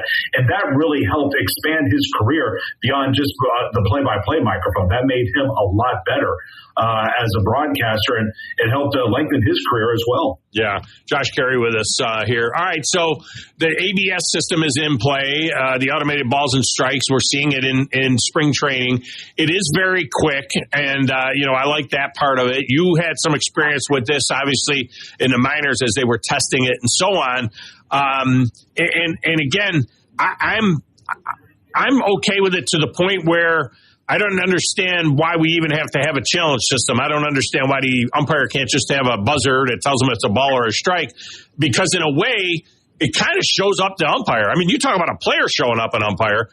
Now you've got this screen, and there's 80,000, 40,000 people in the stadium, and they're showing up the umpire because they all see that the umpire made a mistake. Just beep him in his ear so he doesn't have to expose himself. Well, I think baseball still wants to have some sort of human element to the game, right? What made baseball so good in the 40s, 50s, 60s, and 70s is the fact umpires would make mistakes. And the manager would come out, they would argue, they would bump chest to chest, and you'd have an injection. And that was all part of the charm of baseball. And now, first and foremost, the most important thing is to get the call right. They're trying to take away some of that pressure on the umpire. They've done away with the K-zone on your TV screen. What? Whoa. What? Oh, they're not making it as prominent now. Oh, I didn't know that. Okay. Yeah, but now when you watch a ball game, they'll still have the zone up, but when the catcher receives the ball, and still instead of getting that dark mark that you get where the ball landed, it's not going to do that anymore. And that's really to take a lot of stress off the umpire. You're only getting 2 challenges a game now. So I think they still want umpires to kind of call the game and have players adjust to, a bad call every now and then. And we'll see how this goes. If this continues to trend in the right direction, maybe they'll get to that buzzer scenario that you're talking about. They're just not there yet. As we all know, baseball is very slow sometimes about adapting to change. I just don't think they're ready to go that deep. And frankly, I don't know how much money it costs in order to implement something like that, especially when you're facing a possible labor stop. I just don't like the strike zone that the ABS system uses, where it has to pass through the middle of the plate, 8.5 inches back from the front of the plate, for it to be considered a strike.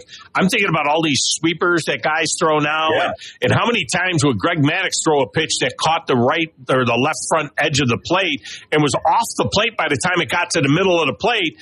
And it was just, I don't know that Greg Maddux ever threw a strike, through the middle of the plate. I mean, that was a little weird to me. I thought it would be a cube. I didn't realize it was a 2-dimensional piece of glass, basically, that's right in the middle of the plate.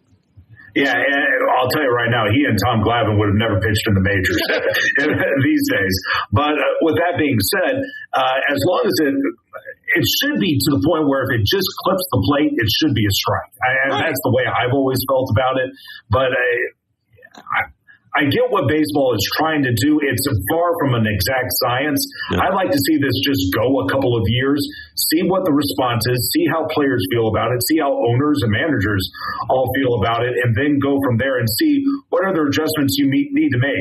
They're definitely dipping their toe in the water. They haven't plunged in head first. And we're also seeing, and those of you that are watching on WZZN TV, see the strike zone there listed. That is the official Major League Baseball ABS strike zone. So you see it's not a strike until it gets to that blue line that's in the middle of the plate. That's if it's being called. Now, human-wise, it's called like it's always been called. But if they challenge it, this is what will determine whether or not it was a strike or not, which is a little weird, too, because that changes, the strike zone's one thing for ABS and it's another thing for the umpire who's watching it.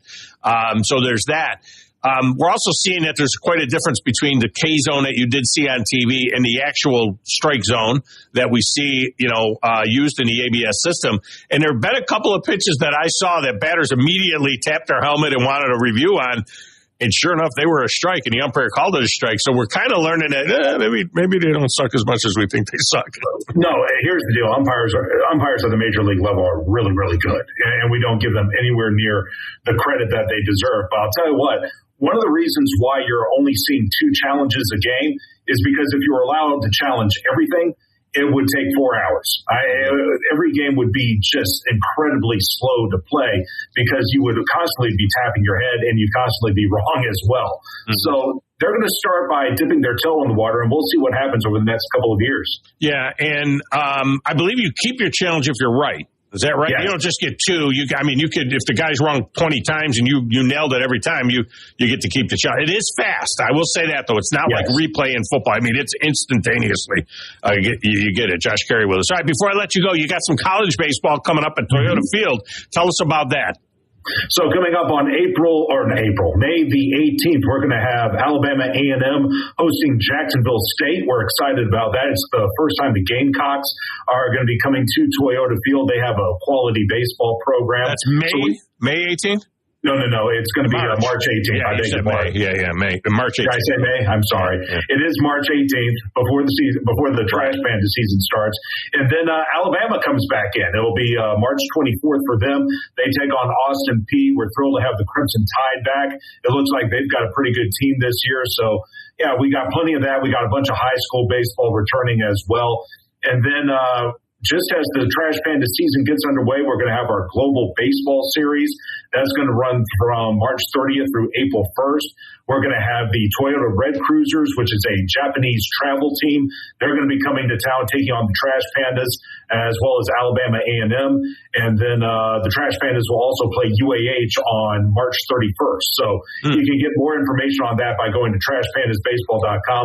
Also, UAH will be playing a game on March 30, or actually, yeah, it'll be March 30th against UAH. And we are the home of UAH baseball as well as the Trash Pandas, and so on our stations, whether it's Talk Radio WZZN or which is our HD channel 97.7-2 or 97.7 ESPN The Zone in Huntsville, those stations will have these games as well. Just stay tuned for where you will find the game. Josh, I appreciate you as always. Good talking broadcasting. I could do a feature show, like me and you could do a 30-minute podcast on broadcasting the art and the history easily on a weekly basis. It would be a blast. Tell what, let's do it sometime. It'd be a lot of fun. We should. I did a show with Kurt Smith, the great author that did Voices of the Game and so on. I did that same show with him 25 years ago. He and I did a broadcasting show, and it was a lot of fun. And we'd have a featured broadcaster on each week, and we would talk about the craft. And I bet it would be a fun show. Yeah, let's do it sometime. You give me a couple of sponsors, we'll get to work. There you go, baby. It's all about the sponsors. You're a smart man. All right, man. Yes, sir. Appreciate you as always. Be good. And that would be a great idea. A little half-hour podcast on the podcast network. Josh Caray, Thom Abraham, the history of the game, broadcasting-wise, of Mikes and Men. Huh? Of Mikes and Men. That was the name of Kurt Smith's book. Of Mikes and Men. One of his books on broadcasting. All right, we're going to break in here. We will come back and wrap up hour number one next, right here on the Thom Abraham Show.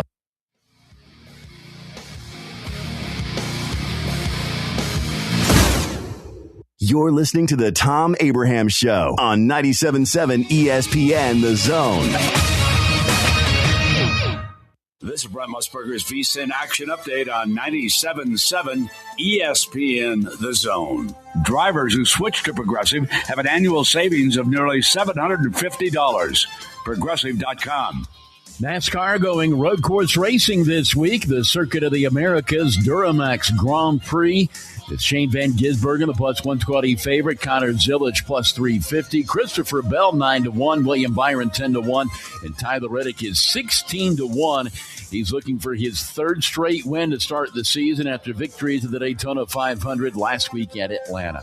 Auburn Tiger baseball today, a $2 favorite against Nebraska plus 154. The Alabama Crimson Tide laying $1.80 against the Iowa Hawkeyes.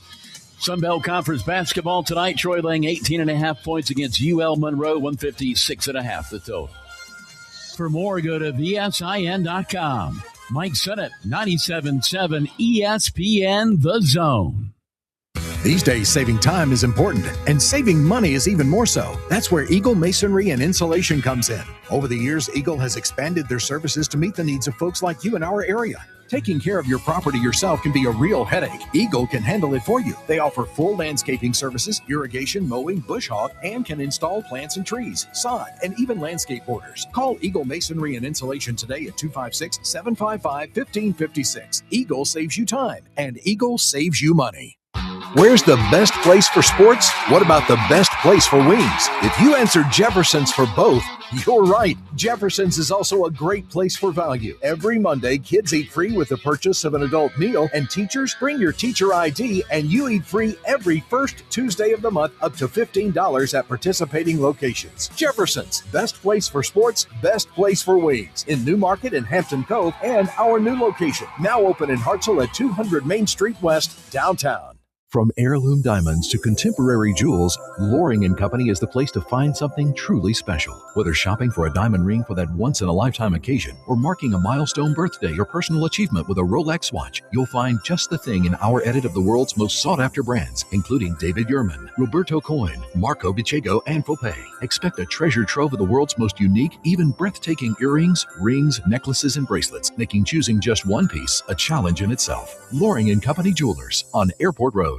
If hunting and outdoor recreation are your passions, it all starts with the right property. That's where I come in. I am Bo Butler with Southland Realty and Auction, a hunting and recreational land specialist and a Jackson County native who sees land through a hunter's eyes. Just as you trust your guide on a big game hunt, you can trust me to find the perfect property for you. Thinking of selling? Let me help you make your land attract buyers. Remember, Bo knows land. Call me at 256-609-0512. 365, 24/7. You'll find road and utility crews, tow truck, law enforcement, and first responders working along Alabama's roadway. We're making improvements and helping our communities stay connected. We're working hard to make sure you're safe on the road. Now we need your help to make sure we're safe too. Alabama's move over law requires you to move over a lane when you see flashing lights on the roadside. And if you can't safely move over, please slow down. Visit DriveSafeAlabama.org, brought to you by the Alabama Department of Transportation, Alabama Broadcasters Association, and this station. My caretaker was very rough with me. I thought they did it because I wasn't moving fast enough. Elder abuse is a crime, and together we can stop it. If you or someone you know has been abused, neglected, or exploited, call the Adult Abuse Hotline at 1-800-458-7214. That's 1-800-458-7214. Sponsored by the Alabama Department of Human Resources, the Department of Justice, ADECA Grant number 18VA-VS050, the ABA, and this station. Your Fox 54 weather.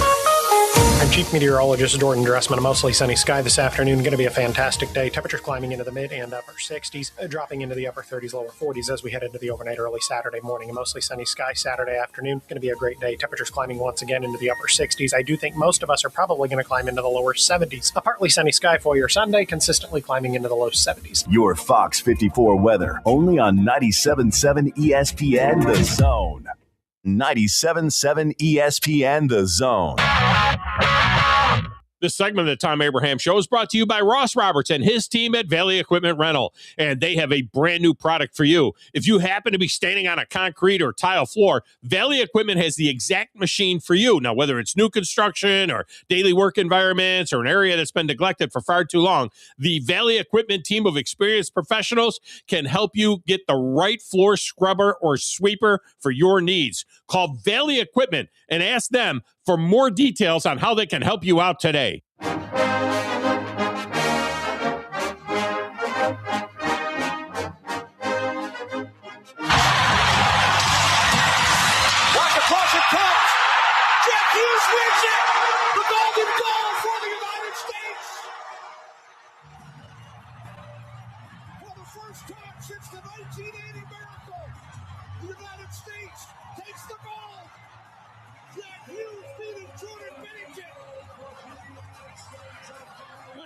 It's not quite a miracle on ice, but it's a it's a great call. It's a great call otherwise, and I thought an excellent job overall on the production from NBC. Welcome to Overreaction Monday. What a great day to be an American. And in fact, we do have a new American hero for sure. This is all about our country right now. I love the USA. I love my teammates. It's unbelievable. The USA Hockey Brotherhood is so strong, and we had so much support from ex-players. I'm so proud to be American today. So proud. Unbelievable game by Hellebuck. He was our best player tonight by a mile. Unbelievable game. Unreal game by our team. That's just a ballsy, gutsy win. That's American hockey right there. That's a great Canadian team, but we're USA. We're so proud to be Americans. tonight was all for the country. Young Jack Hughes, 24 years old, New Jersey Devil. And speaking of the New Jersey Devils, awfully proud of him, man. The Americans has to be great. Wyshynski, who did predict that the Americans would win the gold medal, and he joins us down on Neighbors Wealth Management Hotline. Greg, welcome back, man. How are you? I mean, let's put some mustard on it, man. I got every prediction except for Germany beating Slovakia right in the quarterfinals on, including Finland winning bronze, including the USA winning gold. I think my victory as a prognosticator is just as important as Team USA's victory in the gold medal game. But that's just me as a writer talking. Yes. Yeah, I would agree with that. 40 years from now, we'll be still talking about you calling it and nailing it. Look, it's not going to take another 46 years, right, to do. I mean, this is no mirror. I was talking about Kenny Albert and the call itself when I said it's not Miracle on Ice, but it's also not Miracle on Ice because of the fact this isn't a bunch of college kids beating the best teams in the world and Russia and Finland. This should not take another 46 years or even 30 years, like when we won the World Cup back in 96, right? This isn't going to take that long again. It's going to take 4 years. Like 4 years. I wrote a piece about what the 2030 roster for Team USA might most likely look like, and check the ages of the core of this team. Everybody's going to be like outside of maybe Jack Eichel and Connor Hellebuck, and obviously Hellebuck's a pretty big part of this. But like everybody's going to be 32 years of age or younger. I mean, they're still going to be very much in their prime. They're going to be ready to be the core of this for another Olympics. Then you have other players that didn't make the cut that'll be on the way. Guys like Lane Hudson, the brilliant young defenseman for the Montreal Canadiens, Cole Caulfield. Like there's a slew of other guys that were right on the cusp but didn't make it. Logan Cooley is one you should definitely keep your eye on from the Utah Mammoth. So this win against Canada was all about the pipeline. This was all about the talent pool of the United States in men's hockey being as deep, maybe deeper in some positions than Canada's. And all it was going to come down to is whether or not they could execute when it mattered most. Because from a talent perspective, they're equals. They're on equal footing. Like the Canadians are no longer this superpower by birthright. We're pulling Jack Hughes out of Florida. We're pulling Austin Matthews out of Arizona. I've said for 15 years, Big Dog, that like the minute our best athletes decide to pick up sticks and put on skates, it's over. It's over for Canada. Yeah. They don't have the prayer of maintaining their spot as hockey's biggest superpower if we can finally find people outside of Minnesota and Massachusetts to play this game. Yeah, there's no doubt about it. It has crept to the south and in many ways, which is opening it up to the whole country. I will say this, though, and as much as I have, for those that are watching on WZZN TV right behind me, you see the American flag there very prominently displayed. I'm all about the red, white, and blue. There's no doubt about it. Having said that, I mean, the Canadians outplayed the U.S. in that entire game. And so from a Canadian standpoint, you would think that maybe they would look at it and say, all right, that was a fluke. We couldn't, Hullebeck was on his absolute head the entire game, couldn't get the puck past him, missed wide open nets, felt like a 4-1 game, for Canada that the U.S. won. And, we'll be back immediately. If the Canadians are singing that tune, is that a legit tune for them to be singing? Of course not, because everybody gets goalied at some point. If you are the preeminent superpower of hockey in the world and you have Connor McDavid and Nathan McKinnon who missed a wide open net, you have all these guys on your roster, you should probably find a way to score more than one goal in a gold medal game. Like that's it for me. Like, where was Sam Bennett crashing the net? Like, where was all these things that the Canadians usually do when a goaltender is standing on his head against a lesser team? The bottom line is that the Americans weren't just a goalie standing on his head.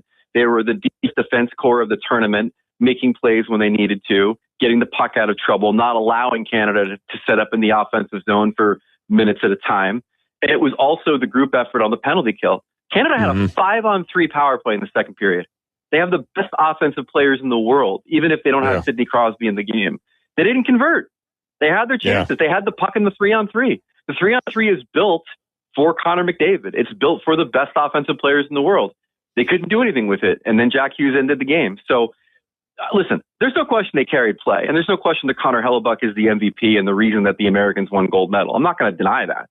But this idea that it's just like, gave it her best shot and sometimes the goalie's really good, it's nonsense. The better team won in this game. Yeah, and they had 2 breakaways with their 2 best offensive players. I mean, Canada. I mean, they had 2 breakaways, and in the case of McDavid, I mean, Austin Matthews has taken a lot of garbage, for years about not being able to close the big one, and maybe this kind of changes the narrative about him a little bit. But Connor McDavid's going in on a breakaway and doesn't even get the shot off. Skates it right into the goalie, and he tried to make excuses for him. Oh, maybe he was going too fast. Oh, he had this guy on his back pocket. No. That's Connor McDavid. You're the best player in the world. Get a shot off, will you? I mean, if you're Canada, you know what I mean? The only excuse I'll accept, and it's an important one, is that Crosby didn't play. And, the Americans have never beaten a Canadian team in a best-on-best tournament with Sidney Crosby on the roster. It's kind of like a Mahomes thing for some teams in the NFL. If he's on the ice, maybe they convert one of those power plays that they blew. If he's on the ice, maybe they calm down a little bit in the later stages of the game. Like, I've spent a year complaining that the Canadians won 4 nations because we didn't have Quinn Hughes, we didn't have Charlie McAvoy, and Matthew Tkachuk could only play 2 periods because he was so banged up. So I'm not going to sit here and ignore the fact that the Canadians do have an excuse in not having one of the best players in the history of hockey in their lineup. It sucked he didn't play. I hate that there's an asterisk in the eyes of some people because of it. But it's the only legitimate excuse I'll accept from the Canadians is that not having Crosby in the lineup hurt them from a lineup processing standpoint, but also from an on-ice result standpoint. It was a significant loss in that game. Greg Wyshynski with us here. Jack Hughes takes a stick to the chiclets, knocks his teeth out, bloody mouth. I mean, this is so great. I said it earlier. This is a baseball player. He's out for a month. This is a basketball player. He might retire. You know what I mean? I mean, this is Jack Hughes, doesn't miss a shift and scores the game winner and just goes ahead and bleeds all over Catherine Tappan while he's doing the interview. I mean, I just love it that he's still bloody and everything else. I don't even know if he gets it fixed. You know what I mean? He might just leave that tooth out and forget about it. I mean, it was such a phenomenal thing. And, I thought that Austin Matthews, because he's already been in the league for 10 years, I thought he had to be 30 or 31. He's only 28 years old. Because I was ready to say, look, Jack Hughes is the next captain. Jack Hughes is a captain in France. He's got to be the captain. But Matthews is only going to be 32. His brother, Quinn Hughes, is only going to be 30. I mean, there are a few guys in front of him that could be captains other than Jack Hughes. But Jack Hughes, he needs to wear the C at some point. Nah, I mean, he's not even the captain of his own team. I don't think that he necessarily needs to be the captain of anything. Like, I think even coming into this tournament, the Tkachuks are probably the lifeblood and the leadership, maybe even Jack Eichel more so than Matthews. But, taking the captaincy off of Matthews, who is the captain of 4 nations, probably creates more problems for yourself than you want coming into a tournament like this. But on Jack Hughes, it's been an insanely great journey. 4 nations, he makes the team. They don't play him at center, which is his natural position. They move him to the wing, and he's terrible. He's terrible to the point where people were questioning whether or not he should be on the Olympic team. He plays for the Devils. He gets hurt twice this season, including right before the Olympics. He misses the last 2 games they played before the Olympics. He's 4th line. He plays his way through. He makes Brock Nelson score a bunch of goals. 3rd line. And now he scores the golden goal. Now he scores, right up there with the biggest goals in American hockey history. And the image of him draped flag, like you were referencing, where he's missing teeth and bleeding, to contrast that with the classic image of Jim Craig with the flag around him from The Miracle. Yeah. It's such a perfect symbol. I mean, what was this team? This team was young and it was gritty and it bled for its country. And also it was players around the age of Jack Hughes that are the most skilled players the Americans have ever produced. From Patrick Kane on, they started to produce players like Jack Hughes. That's why I thought the Johnny Gaudreau stuff was great. Johnny Gaudreau is missed and all the memorialization of him at the Olympics with the kids and everything is beautiful. But he also represented this generation of player of, maybe they're not the biggest guy in the world, but they're extremely skilled and they exemplify the kind of player team that USA Hockey has been able to produce in the last 15 years. And this is a bit of a monkey off the back of Hellebuck as well, even though he's only, what is he, 26 maybe? I mean, he's older. He's going to be like 36 in 2030. I know that. So like he's a little 2030. So he's like 32. That's right. He's 31 or 32 years old. But the thing is, and I mentioned that it's too bad that he's toiling in obscurity in Winnipeg, but it's not like the league doesn't know. I mean, he's 2 Vezinas. He's the MVP of the league. I mean, that hadn't happened in 10 or 12 years since Caray Price was the MVP. So for a goalie to be the MVP, that's all fine. But he's in friggin' Winnipeg. Whoever sees him play, he's in Winnipeg. That kid needs to be on the coast. I've said this before. Yeah. About players or playing in Chicago or Detroit or something like that. It'd be great. But this is huge for him. The thing is that he's chosen to be there, though. Like, he re-signed a long-term deal with Winnipeg to kind of, like, toil in obscurity. I mean, that's how he played juniors there. Didn't he play juniors there up in that? Isn't that where he played his junior hockey? He's had an interesting journey. Like he had kind of a non-traditional journey. He wasn't like a product of the U.S. national development team or anything, but hell of a goalie. I mean, like honestly, he's probably going to be in the Hall of Fame by virtue of what he did in this game and winning all the Vezina trophies and being the MVP of the league. Still doesn't have a Stanley Cup on his resume, and like you said, that was the knock on him. That he couldn't handle the pressure of the playoffs when it could be, that deep in those runs for Winnipeg, but. I mean, I don't think anyone can do that again after the performance he put on in the gold medal game. Yeah, no doubt about it. Greg Wyshynski with us here. And I have a sideways connection to him. I'm looking forward to actually getting him on the show. I'm the national host of Bassmaster Radio, and his brother Chris is a professional fisherman. And I've actually weighed Chris in 3 times last fall. He was in a series that I was the MC for the weigh-ins and so on. And so I've got Chris's number in my phone. And so I'm just trying to figure out how delicately to call Chris and say, hey, I need to get to Connor. I got to get them both on.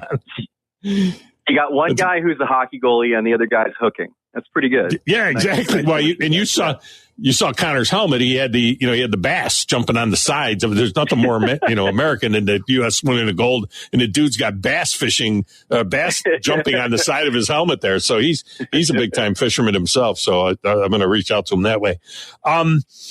So we know what 1980 meant. Because I was playing college hockey then, and we know what it meant to young American hockey players that wanted to pull on that jersey and whole generations. We get all of that. We get that this, I'm certain that this is going to have an impact like that in terms of all of these players, like you say, Arizona, Florida, wherever they are, wanting to do what those guys did.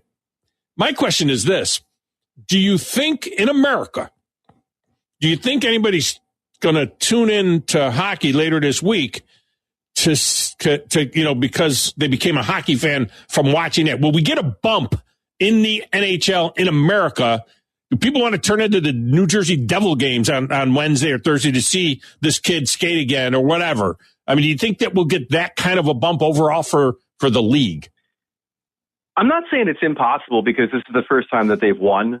So maybe there's a difference between that and previous Olympics, but in previous Olympics, there's been no discernible bump for the NHL based on what's happened in the Olympics. I mean, there's been bumps for individual players, like Ryan Miller became a star because of Vancouver and wins the Vezina Trophy that year as the goalie. And TJ Oshie obviously becomes iconic to the point where he's getting TV gigs based on the fact that he had that shootout in Sochi. I mean, he's a coworker now at ESPN with me. So the idea that Hellebuck and Jack Hughes and some of these guys are going to have a higher profile and the league will be better for it, I think is probably accurate.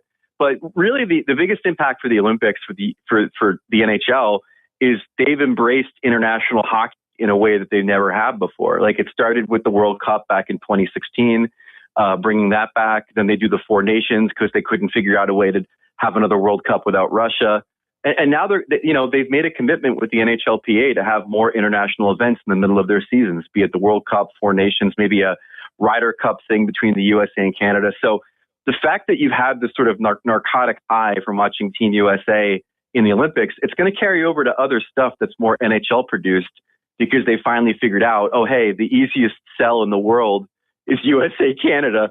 So let's give people as much USA Canada as we possibly can.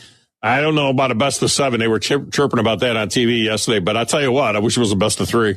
I was not, I'm all down for a best of 3. That would have been, although the one and done nature of it is, every game is a game 7. Yeah. So that you can't replicate that. And that's really the thing. I mean, like when we talk about the Olympics and the NHL is like, we just watched a bunch of Game 7s between people representing their countries, and it's the best hockey you could possibly imagine. It's a bunch of all-star teams all playing Game 7s.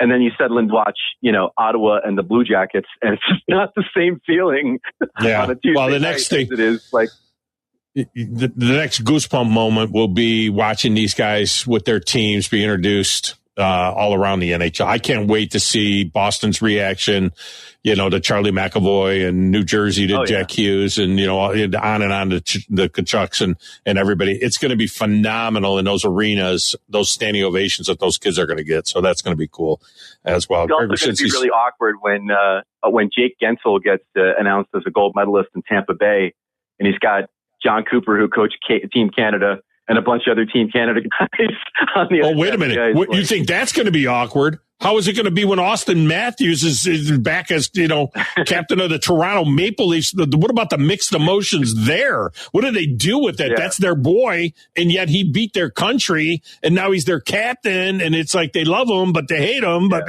you know what I mean? I mean, that's going to be the one that's really weird, is how, Austin Matthews. There's some awkward things to be happening in Canada, to be sure. Greg Wyshynski has been our guest all throughout the Olympics. Greg, we really appreciate you. I promise I'll leave you alone until we get a little closer to the to the playoff push. But you've been great as usual. Anytime. Thanks for having me. All right, thank you. It's Greg Wyshynski. That's good stuff right there.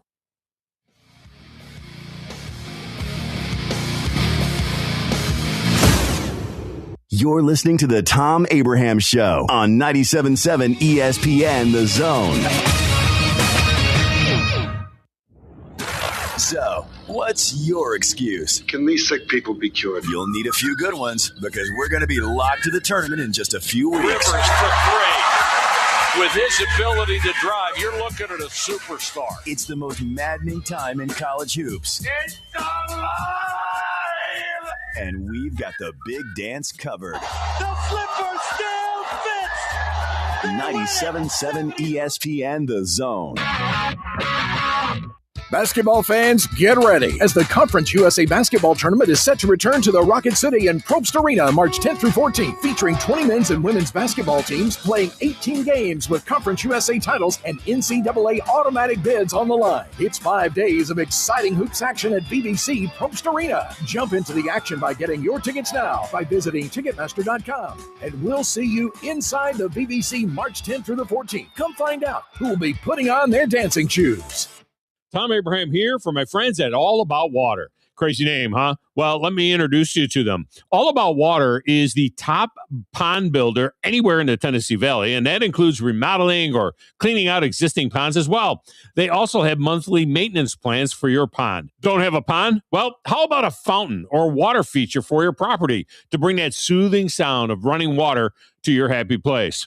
On the other hand, maybe you have water on your property that you don't want. Well, Ryan at All About Water is all about water, so he could take care of that as well. He has a background in fluid dynamics, and what that means is that he could take care of any water issue that you have.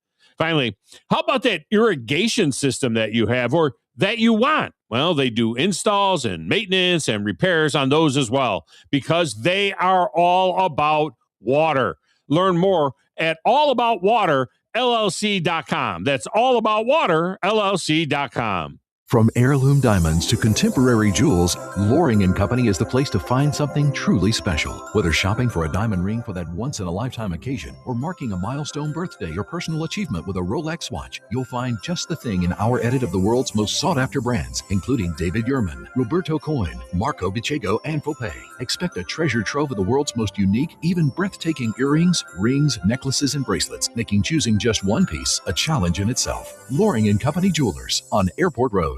Basketball fans, get ready as the Conference USA Basketball Tournament is set to return to the Rocket City and Probst Arena March 10th through 14th, featuring 20 men's and women's basketball teams playing 18 games with Conference USA titles and NCAA automatic bids on the line. It's 5 days of exciting hoops action at BBC Probst Arena. Jump into the action by getting your tickets now by visiting Ticketmaster.com. And we'll see you inside the BBC March 10th through the 14th. Come find out who will be putting on their dancing shoes.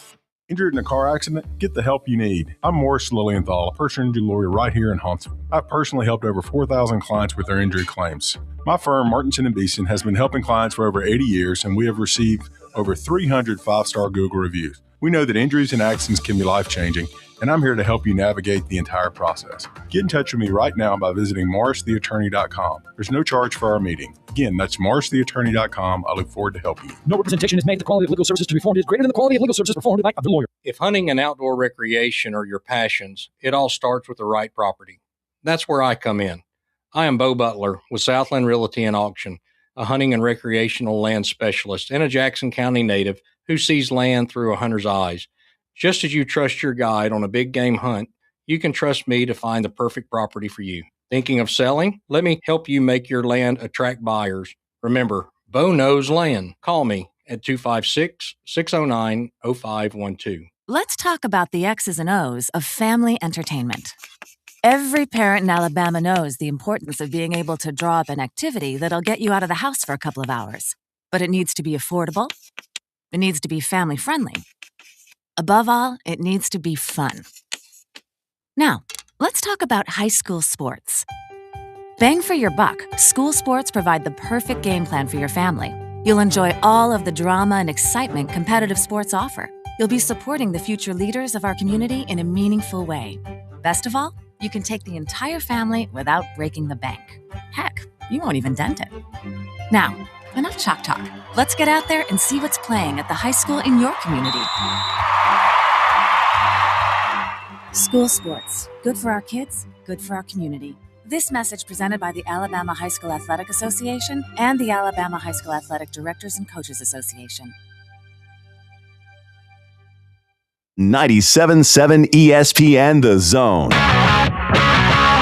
This segment of the Thom Abraham Show is brought to you by the award-winning service department at Woody Anderson Ford. That's right. They take care of the routine checkups. They keep your Ford or other brand in perfect working order. But if you have a bigger problem, they got these expert service technicians that can diagnose it, use state-of-the-art tools to get it resolved. I take my vehicles there. I've been doing it, for nearly 20 years now. It's Woody Anderson Ford and the service department. Second to none. Check out Woody Anderson Ford today.